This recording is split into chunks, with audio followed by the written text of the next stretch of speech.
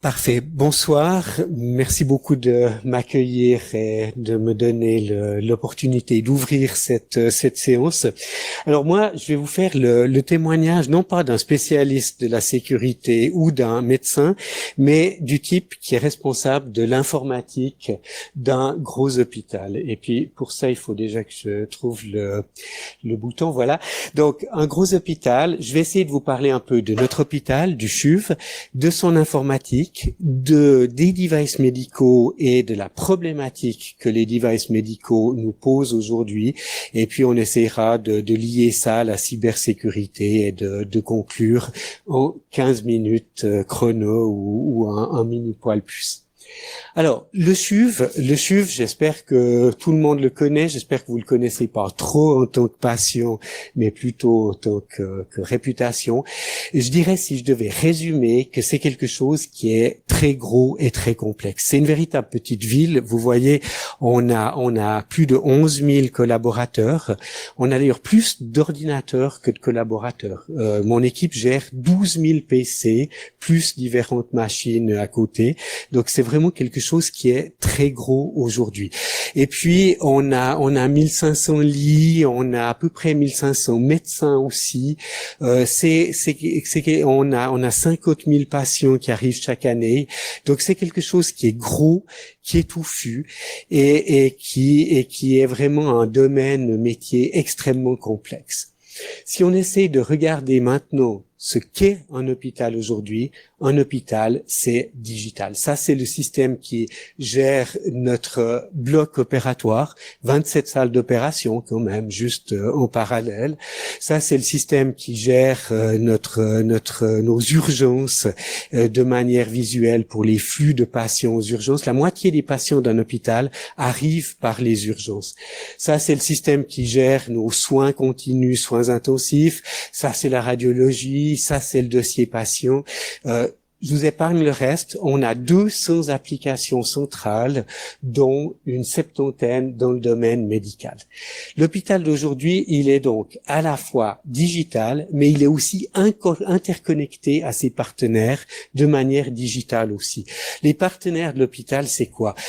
C'est les autres hôpitaux, c'est les soins à domicile, c'est tout ce qu'on appelle aujourd'hui la cybersanté, les autres partenaires sur le parcours du patient. Mais c'est aussi pour un hôpital universitaire, les projets de recherche, le SPHN, donc le réseau suisse de médecine personnalisée, le Human Brain Project. Tous ces environnements sont extrêmement friands de données numériques. Alors, je sais pas s'ils payent, j'aimerais bien qu'ils me payent $500 par dossier patient. C'est plutôt des collaborations et on essaye surtout d'anonymiser ces données, mais on a toutes ces connexions. On a évidemment des connexions aussi de plus en plus avec des devices médicaux personnalisés. On essaye d'avoir des contacts avec le patient avant son séjour à l'hôpital et après son séjour à l'hôpital à travers des devices personnalisés. Et puis, mais ça commence. Quand on dit médecine personnalisée, c'est pas demain, c'est aujourd'hui. En oncologie, qui est un de nos centres aujourd'hui de pointe, on a un service d'oncologie personnalisée. Le patron de ce service, il est à la fois physicien et il est médecin. Et il engage des gens comme mon cousin. Mon cousin, c'est le gars qui est bien et intelligent dans la famille. Il est astrophysicien. Il a travaillé aux États-Unis pendant très longtemps. Ce qui est très drôle, c'est qu'il n'est pas médecin du tout. Mais si on fait de la médecine personnalisée, les algorithmes statistiques qu'on va utiliser sont des algorithmes assez proches des algorithmes qu'on a en astrophysique. Donc c'est ça la médecine aujourd'hui. Donc en gros, on est sur des données et on est sur de l'IT de manière extrêmement intensive. Donc l'IT du CHUV, c'est 43 millions par an, c'est 200 personnes, donc ça commence à faire un assez joli service. Amusant, hein. D'ailleurs, il y a beaucoup de techniciens ici. Moi, en tant que responsable de cette équipe-là, je passe beaucoup de temps à régler des problèmes qui sont plutôt des problèmes de ressources humaines pour faire en sorte que tout le monde travaille ensemble, plutôt que les problèmes techniques. J'ai des très très bons collaborateurs ordinateur qui est parmi ces 200 qui règle les problèmes techniques. 2 pétabytes de données, on a, j'ai dit 12 000 machines, on règne aussi sur les téléphones parce qu'il y a plus de bip maintenant des hôpitaux. On a une infrastructure GSM, faible puissance interne et ce genre de choses-là. C'est vrai, vous m'entendez pas trop au fond de la salle. Bon, je reprends le micro plus haut. Merci. Alors, les devices médicaux connectés, il y en a partout. Pourquoi? Parce que tous les automates, tous les systèmes aujourd'hui ne génèrent plus des rubans de papier comme c'était le cas il y a encore quelques années, mais contribuent avec des données sur un réseau informatique. Les systèmes de laboratoire, c'est quelque chose de très clair. Les modalités d'imagerie aussi, tout ça, c'est totalement numérique aujourd'hui. Mais on commence à avoir d'autres choses. On a par exemple la pharmacie, la dispensation de médicaments se fait avec des armoires de pharmacie qui sont sur le réseau IP. Les accélérateurs, les électrocardiographes, tous les systèmes de monitoring, je vais pas vous faire un dessin, tout ça aujourd'hui, c'est des systèmes connectés, qui sont sur notre réseau IP.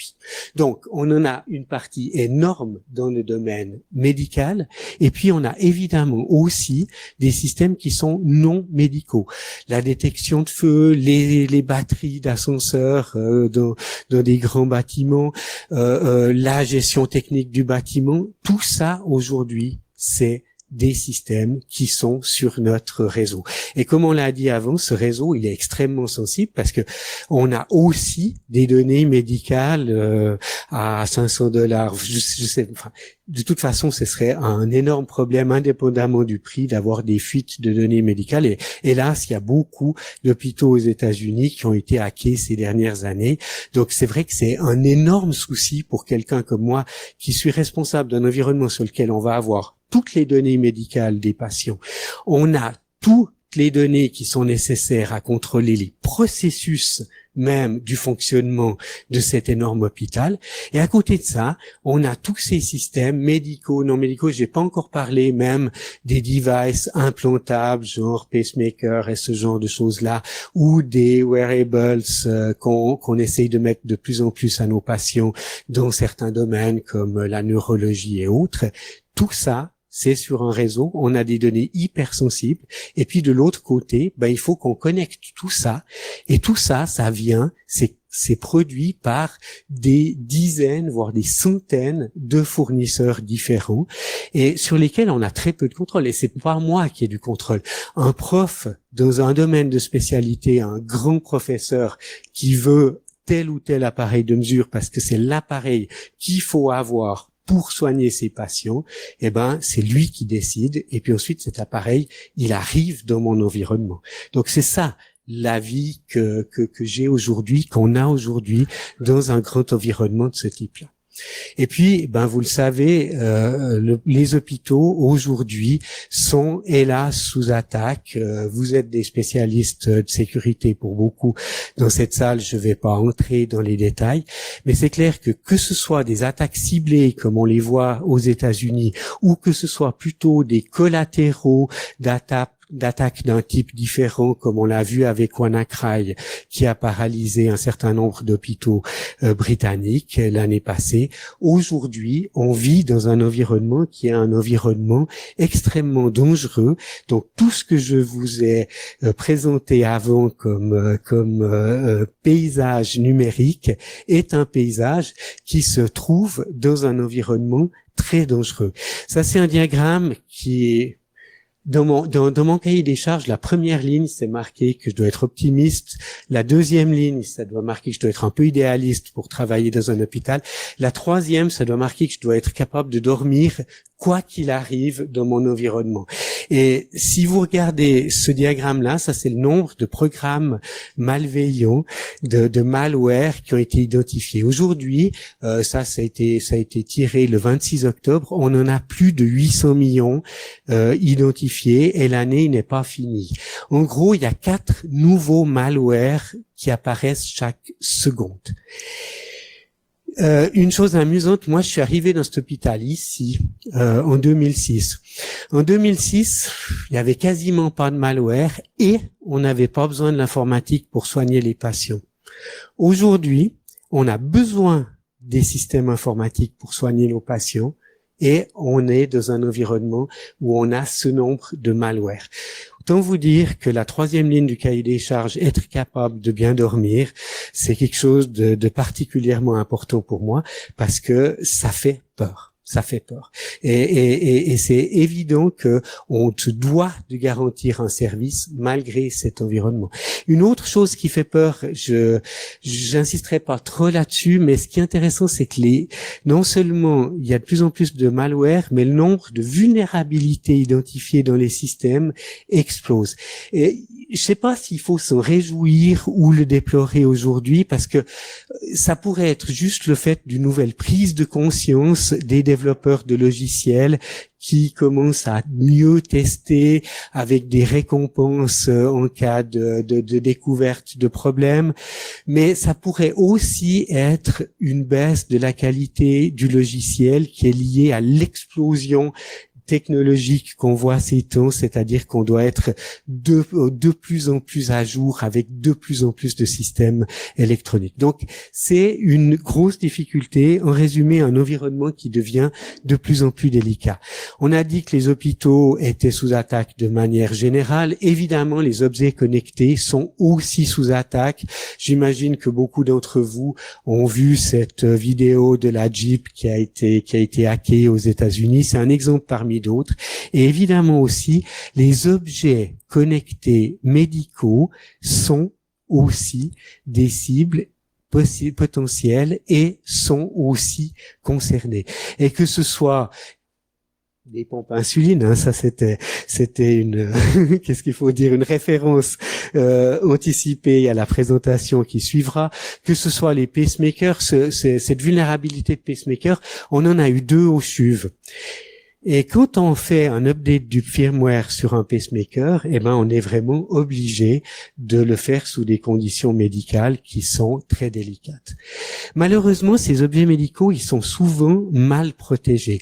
Pourquoi? Parce que, ils sont mal protégés parce qu'ils sont développés par des gens qui sont plutôt des fournisseurs de matériel de mesure, qui s'occupent de la safety du patient, qui veulent que ces équipements médicaux ne causent aucun danger au patient et donnent des mesures qui soient des mesures précises. Par contre, si on regarde au niveau de l'informatique de l'hôpital, on subit ces équipements, on ne peut pas vraiment contrôler leur programmation informatique et souvent ils sont pas programmés d'une manière extrêmement protégée parce que c'est pas des informaticiens. Dans beaucoup des sociétés qui sont nos sociétés partenaires, c'est des gens qui fournissent des instruments de mesure, c'est pas des informaticiens. Et aujourd'hui, ce qu'on voit, c'est que nous on est obligés de mettre ces équipements médicaux qu'on peut pas contrôler dans des zones séparées du réseau, d'essayer en fait de les mettre à côté et de les contrôler parce qu'on n'a pas vraiment de pouvoir là-dessus. Et ce pourquoi je plaide, c'est qu'on ait vraiment une collaboration entre les industriels, les biomédicaux et les équipes IT de façon à pouvoir créer des équipements connectés beaucoup plus sûrs. C'est difficile parce que les cultures sont très différentes. Comme je l'ai dit, la culture de sécurité des gens IT, on va parler de danger, de vulnérabilité, d'exploitation de threat. Vous connaissez ça beaucoup mieux que moi. Mais de l'autre côté, les gens qui font des appareils médicaux, eux, ils parlent de situations dangereuses, ils parlent de hasard, d'actions de mitigation, de safety pour le patient. C'est pas les mêmes normes. C'est pas la même culture, c'est pas le même vocabulaire. Mais clairement, aujourd'hui, c'est un souci. Et un deuxième souci dont on reparlera peut-être un peu après, c'est à la table ronde ou autre, c'est que on n'a pas aujourd'hui un cadre réglementaire et surtout des directives d'application qui sont très claires et très précises pour les fournisseurs. C'est tout nouveau. Ces standards sont en train d'être élaborés. Les guidances de Swissmedic, elles s'occupent de la safety du patient, mais elles n'intègrent pas la cybersécurité aujourd'hui.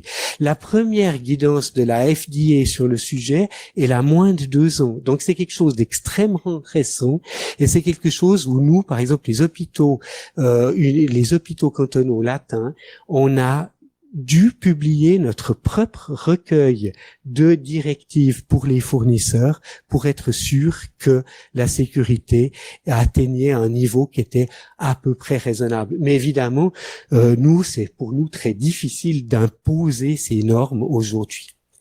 Donc, si je résume, take home messages, il y a de plus en plus de devices dans les hôpitaux et il faut pas oublier que ces devices, ils sauvent des gens. C'est-à-dire que le fait de pouvoir bien mesurer le statut d'un patient, le fait de pouvoir les équiper avec des implantables, ça sauve des patients. Donc, c'est juste une donnée du problème et on n'arrivera pas à changer ça.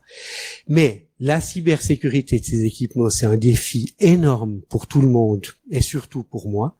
Aujourd'hui, on a des solutions qui sont des solutions, allez, je vais dire contournement palliatif, c'est un tout petit peu quand on parle de médecine et dans des stades qu'on n'aime pas trop, mais on est obligé d'avoir des solutions de contournement. Et ce qu'on voudrait vraiment, c'est qu'on puisse aujourd'hui renforcer le cadre législatif, renforcer le cadre de travail, de façon à ce que la maturité générale, mais surtout, et là, je dois le dire, et là, je parle statistiquement parce que je sais qu'il y a des très bons éléments parmi nos fournisseurs, mais quand vous en avez autant dans un grand hôpital, vous en avez aussi qui sont pas bons, et c'est là que ça nous crée des vulnérabilités énormes dans un environnement comme le nôtre. Donc, on plaide pour renforcer ce cadre législatif et une collaboration étoffée. Merci beaucoup.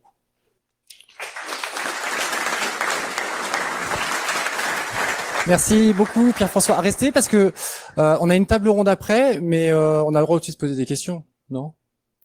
Ouais, on a le droit.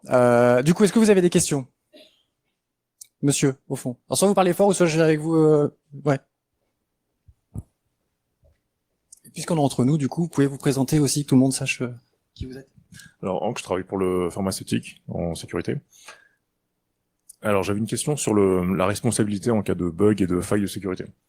Est-ce que peut-être, puisque les normes sont pas à jour encore dans le monde médical, dans les objets connectés médicaux, ce serait pas l'occasion de faire ce qui a jamais été possible dans le monde générique, c'est-à-dire de rendre responsable l'éditeur, le vendeur qui a créé des problèmes dans le logiciel, en disant bah voilà, le médecin prend un risque, c'est de tuer son patient si quelqu'un, par malice ou par accident, venait à terminer la vie de quelqu'un.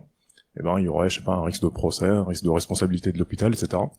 Et de pouvoir reporter justement cette responsabilité pour motiver les éditeurs à intégrer la cybersécurité dès le début. Peut-être optimiste, mais... Alors c'est clair que je suis optimiste, je suis idéaliste, donc c'est mon rêve.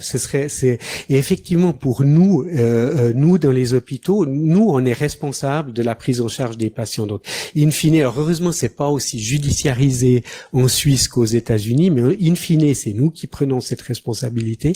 Et c'est clair qu'en l'absence de normes précises, c'est très difficile pour nous de reporter ensuite cette responsabilité sur un fournisseur pour pouvoir prouver que le fournisseur n'a pas respecté, par exemple, les normes liées à un device médical. Le cadre législatif est en train d'évoluer de ce côté, donc je pense qu'on va vraiment dans cette direction. Et puis c'est clair que là, vous posez la question à quelqu'un qui n'appelle que de ses vœux qu'on se trouve dans une situation où nous, on puisse aussi responsabiliser les autres acteurs. C'est un peu le même problème qu'on a avec l'intelligence artificielle et les véhicules autonomes. On se pose la question de savoir si jamais il y a un accident, c'est la faute du constructeur ou du pilote. C'est un peu la même problématique. C'est la même problématique. Et je pense que c'est pas quelque chose de facile du tout. La grosse difficulté, c'est que si on commence à mettre trop de règles de responsabilité, on va aussi tuer l'innovation. Et parce qu'évidemment, on va ralentir beaucoup la sortie sur le marché de nouveaux produits et de nouveaux systèmes, dont je répète, on sait que ça peut sauver des gens. Ce qu'on fait maintenant en oncologie personnalisée, par exemple, moi, je serais vraiment, je trouve que maintenant, quand on voit ce qu'on arrive à faire avec le traitement du génome qui nous permet d'avoir le bon traitement oncologique en fonction de son génome, c'est juste waouh par rapport à ce qu'on faisait il y a juste 5 ans. Et donc, il faut faire attention que cette responsabilisation des acteurs ne tue pas l'innovation non plus. Une autre question? Oui. Oh, on en a plusieurs. Chouette. Monsieur. Bonsoir, Philippe Blondin. J'ai une petite question. J'ai cru comprendre que du côté du CHUV, vous avez un système pour la gestion des dossiers des patients qui est hérité de Siemens, je crois qu'il va arrêter, dont ils vont arrêter le support et vous allez devoir le remplacer. Et donc la question, quand vous allez le remplacer, est-ce que les aspects cyber security vont être pris en compte ou c'est les aspects fonctionnels? Non. Alors, si je reviens 2 slides en arrière, vous avez vu que c'est tous les achats qu'on fait maintenant, et que ce soit au niveau des systèmes d'information ou des devices médicaux pour lesquels on a un catalogue d'exigences de sécurité, mais on avait déjà des exigences de sécurité pour le système précédent. Donc, pour nous, la sécurisation de ces systèmes est une sécurisation, est une des exigences absolues. C'est d'ailleurs une des grosses difficultés qu'on a parce que il y a des fois où on va se retrouver avec des systèmes qui plaisent beaucoup à nos médecins parce que ils les trouvent très adéquats sur le plan fonctionnel, mais qu'on refuse au niveau de l'IT parce que ça remplit pas nos exigences de sécurité. Puis après, pour parler du système Soariane de Siemens, je pense qu'il sera, eux le supporteront encore pendant de longues années parce que il y a encore des centaines d'hôpitaux aux États-Unis qui tournent sur ce système-là. Donc, on n'aura pas de problème de sécurité dans un avenir proche, mais on aura des problèmes sans doute du fait que ça évoluera de plus en plus lentement. Pierre-François, on a une dernière question qui a priori devra appeler une réponse courte, et tant mieux parce qu'il va falloir qu'on respecte le timing. Alors bonsoir. Bonsoir. Vous avez dit avoir défini d'ores et déjà des règles de cybersécurité au CHUV. C'est possible de savoir à partir de quel document vous êtes basé pour définir ces règles? Est-ce que c'est des régulations ou des normes d'autres domaines? Alors on est parti sur des ensembles de règles qui sont des normes, les normes ISO de sécurité, des bonnes pratiques et ce genre de choses. Mais je dirais, et pour faire court, je renverrai volontiers la question. Venez me voir après, et puis je vous mets en contact avec notre CISO, notre responsable de sécurité informatique, parce que lui pourra vous envoyer toutes les normes qu'on a utilisées en source de ce document-là. Merci beaucoup, Pierre-François. Merci.